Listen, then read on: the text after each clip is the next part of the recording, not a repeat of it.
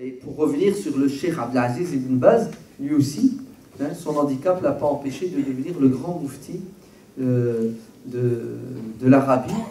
Et quand vous lisez la vie de Cheikh Ibn Baz, c'était quelqu'un de modeste, c'était quelqu'un qui ne se distinguait pas des autres malgré son statut, quelqu'un de très généreux, quelqu'un qui faisait du bien aux musulmans dans le monde entier.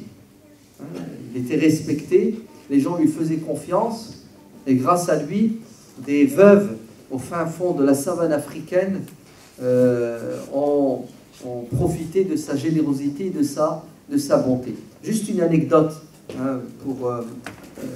pourrait être utile à certains.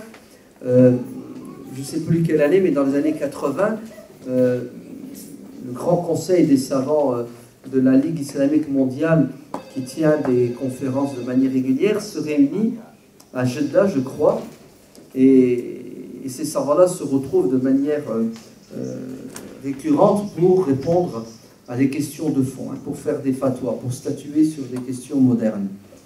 Et donc après la séance, tous ces savants se retrouvent dans un restaurant pour manger, et le Cheikh Ben Baz dit aux invités d'attendre. Personne ne doit commencer à prendre le repas parce que il manque un de nos savants, et par respect pour ce savant, on attend qu'il soit là pour commencer le repas.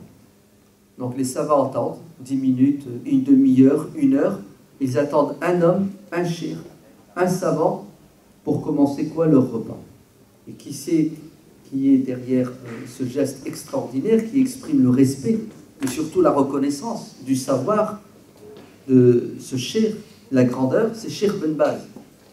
Donc Cheikh Ben Baz qui est considéré comme certains comme le porte-étendard du salafisme wahhabite séoudien du XXe siècle.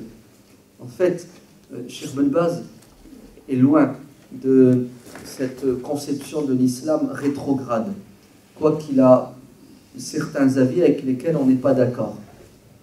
À la fin, le cheikh, tant attendu, arrive, et les gens peuvent commencer à manger. Vous savez qui est ce cheikh que Ben Baz a mis sur un piédestal? Dites-moi, qui c'est?